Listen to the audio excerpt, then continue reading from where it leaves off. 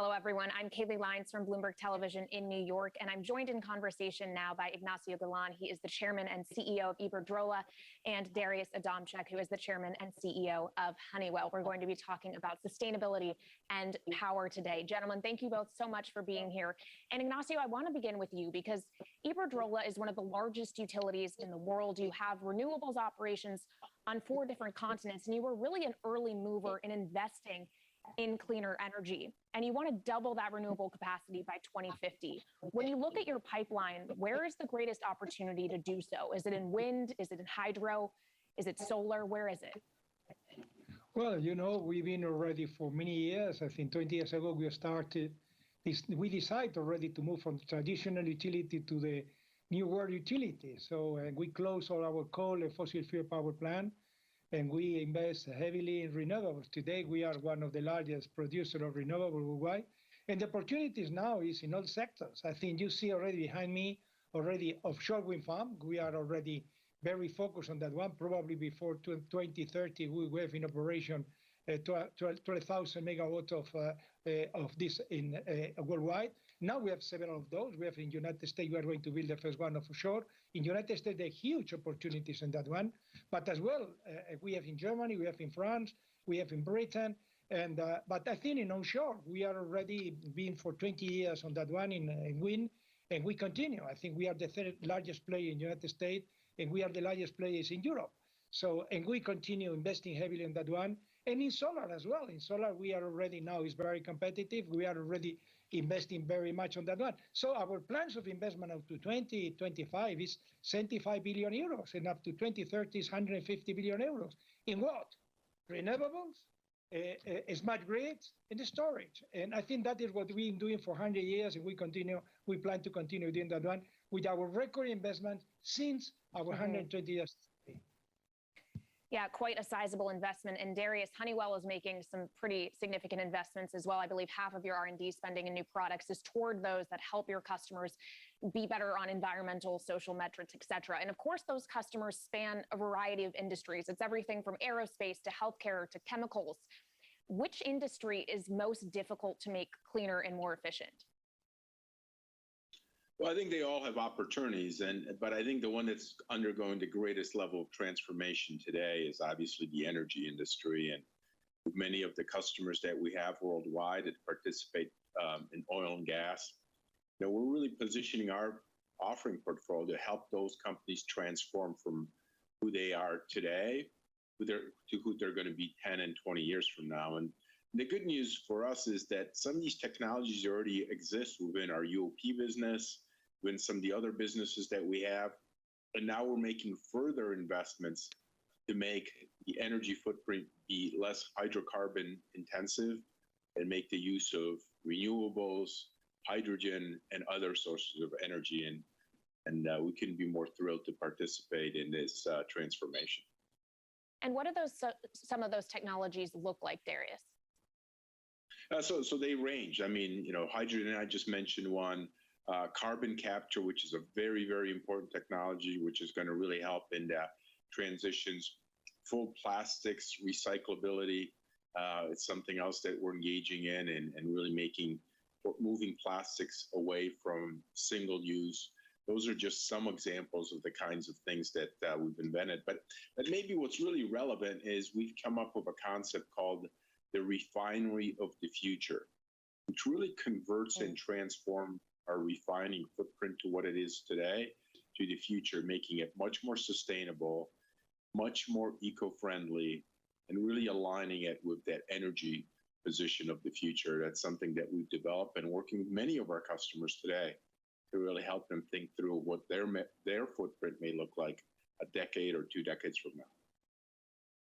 Clearly, both of your companies are innovating in the sustainability space. And that brings me to a question I actually want to pose to our audience. For those viewers, we actually have a poll for you. And the question is, who is taking the leading role when it comes to sustainable innovation? You have 3 choices: A, corporates, B, governments, or C, entrepreneurs. And we should be able to pull live data from that poll now as we get it in. So we'll wait a moment for those to come up. But Ignacio, while we wait for the audience to get their answers in, they should be coming in momentarily. I'm wondering what your take is on this? Is too much of the burden on corporates or on governments, or does this really need to be a public-private partnership? Well, I think, in Europe has already been approved by the European Commission, the Green Deal, what they call Green Deal. And I think what they're pretending with that one is precisely to join forces of public, private, corporate, everybody to trying to look already for all this one. So I think it's not a question who is going to make. All we need to make something if we would like to achieve what the world is demanding. I think in this moment, the Americans has already decided to rejoin the Paris Agreement, and they are already providing a lot of tax credit and funds for already accelerating this energy transition. In Europe, we have already this a Green Deal, what is already European is providing funds to make already this investment done and this research done. And in the case of Britain, the situation is as well similar with net zero target as well. So everybody, we have to do our best for achieving what have to be achieved. Darius, I'll pose the same question to you. I do want to take a look quickly at where that poll stands, since it does have a little bit of a lag. It looks like the majority of people actually say the innovation is coming from entrepreneurs, 63% with that answer, followed by governments and corporates, dead last, 14%. Does that surprise you? It does surprise me because a lot. I'm sorry, Darius. Yeah, it does surprise me because a lot of the innovation is really within the corporates already. Just to give you a very specific example, a lot of the green technology, whether it be green diesel, green jet fuel, and so on, we're one of the co-inventors of those technologies. And frankly, we've had them within our portfolio for more than 2 decades. The trouble wasn't the invention or the lack of technology, it was the lack of interest. And frankly, we formed an entirely new business unit around sustainable technologies that is not all new and new inventions. It's actually bringing back some of the technologies that we've had in place already for literally decades and actually making much more prominent. And I think the right answer to the question that was posed to the audience is, all 3 entities will play a role. Big corporate companies, entrepreneurs, as well as governments. It's going to take all 3 in terms of solving this important dilemma that the world is facing. And I think that corporates can certainly play a very big role in that. Ignacio, your thoughts as well. I know you were trying to get in there. No, well, I think in this point, I said already. So we are already a company we are investing on the range of 10 to 15 billion dollars per annum. To who? We are already buying for entrepreneurs. We are supporting very many entrepreneurs. We think that in our purchase, they can already sell their products. So without engines, without companies, we can already buy all the product they are already generating in the electricity sector. I think they are not future. I'm talking about our sector. So we have dozens of thousands of suppliers, small and medium companies, which we are forcing to them to innovate.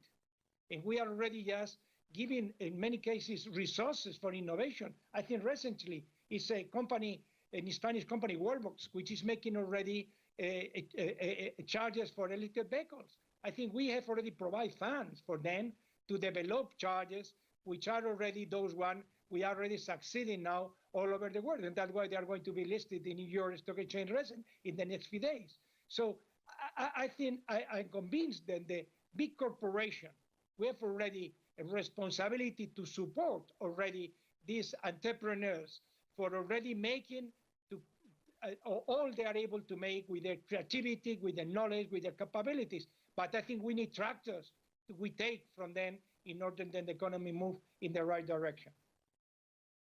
So Darius, Ignacio saying corporations have a responsibility to push this when it comes to entrepreneurs creating these innovations. When it comes to governments, though, do they need to take greater responsibility here? Obviously, in the U.S., the Biden administration has pushed for greater infrastructure and specifically green infrastructure spending. Do you think governments are going far enough? Well, I think they're certainly taking the right steps. I mean, we see that both in the Biden administration, we see the right steps taking place in Europe and in other places in the world. So, I mean, I think that this isn't as simple as one piece of legislation which will all of a sudden unlock all this green innovation. But what I will tell you is that we've seen a greater level of interest in a lot of these green technologies than we have in a couple of decades. So that tells me that governments, not just in the US, but in Europe and elsewhere, are taking a much greater level of interest and are participating in this transformation to much more renewable energy future. So I think that they're very much on the right path. And just to add to what Ignacio said, I do think that big corporations participate in the world of small innovators and entrepreneurs as well. Because, for example, we have our own venture fund, which isn't necessarily there just to maximize our financial returns, but to really help the entrepreneurs incubate a lot of their technologies, help them from a technology development perspective, but also have access to customers. Because when we think about multi-billion dollars, or in some instances, $100 billion companies that are trying to transform their energy footprint, it's literally very, very difficult to partner just with an entrepreneur to support them to a transformation that's going to last decades long. And I think that's a great role for big companies to play. And of course, the end goal for many companies, including both of yours, eventually is net zero. And I want to talk about net zero. I have another question for our audience, another poll for you viewers. The question is, does the goal of reaching net zero feature in your day-to-day actions? Your options are A, not at all, B, a little bit, or C, significantly. If those in the audience could please choose your answer, we will, of course, wait for those answers to come in. Ignacio, as we do so, your goal is 2050, net zero. Do you feel any pressure to...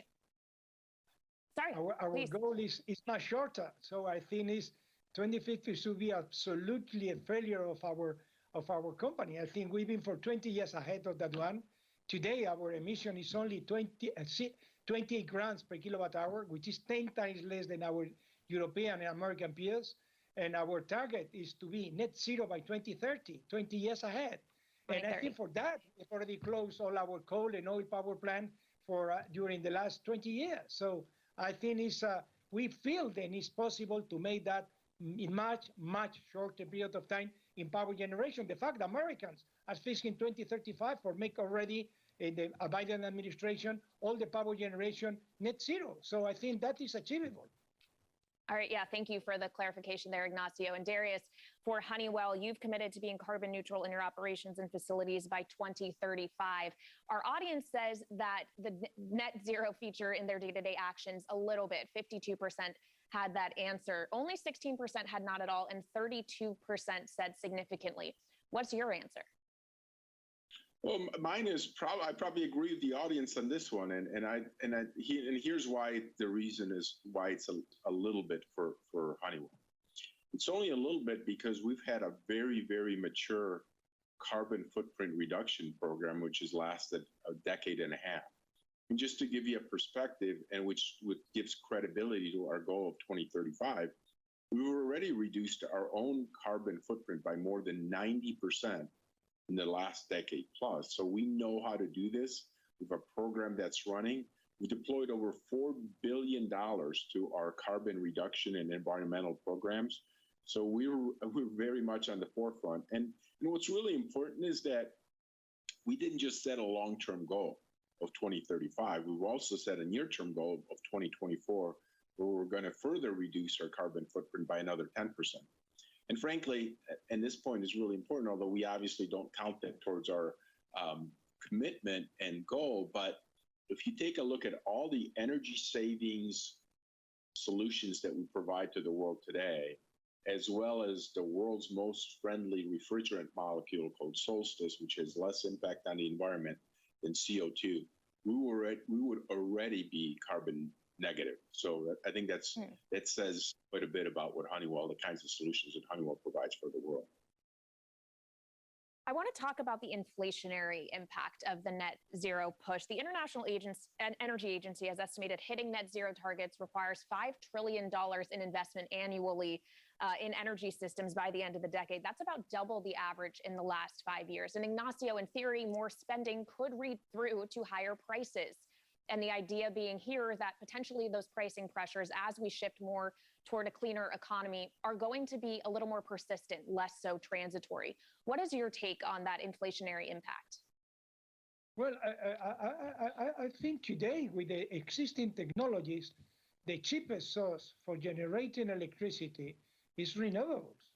And I think, and also today with the existing technologies, we can already make smart grids. We can already make very efficient distribution and transmission networks. So I think it's not already any longer that for generating electricity with renewables is more expensive generating another one. I think you have already seen, for instance, today we are already producing hydrogen with solar, which I think is the cheapest source for generating hydrogen in this moment. So we are already seeing how the price of the offshore has already evolved in the last few years from levels of 100 euros per megawatt hour. Now it's at levels of less than half. And same thing with photovoltaic, and same thing with already with hydroelectric. So the technology has already evolved in such a manner that today the renewables is the cheapest source for generating electricity. And with this electricity, the cheapest source for producing hydrogen for those areas what cannot be electrified. Darius, I want to give you the final word, and this is about returning to the office, because we know companies right now are charting their battle plans, starting to bring more employees in. As they do so, and as people are returning to buildings, how do you at Honeywell make sure those buildings are A, safe for them to be in, and B, more efficient? Yeah, that's something we actually thought about, as early as 12 months ago, and brought something called a suite of healthy solutions for a lot of the building owners, which not only save energy in the buildings, but also make the occupants much more comfortable and safe to be in the buildings themselves, and measure things like proximity to some of your colleagues, the cleanliness of the air, technologies which remove many of the pathogens in the air. It really gives you all the comfort that you need as an occupant to feel much more confident about returning to the workplace, because we forget that just as it was normal to go to work and get up and go to work every day, that hasn't been the case in the last 15 months. And many of the employees throughout the world are kind of need to regain that confidence, and having those healthy solutions and giving them confidence about returning to the office is something that we're passionate about. We have a number of solutions in. I think it's going to be very important as the world returns to the state of working from the office again.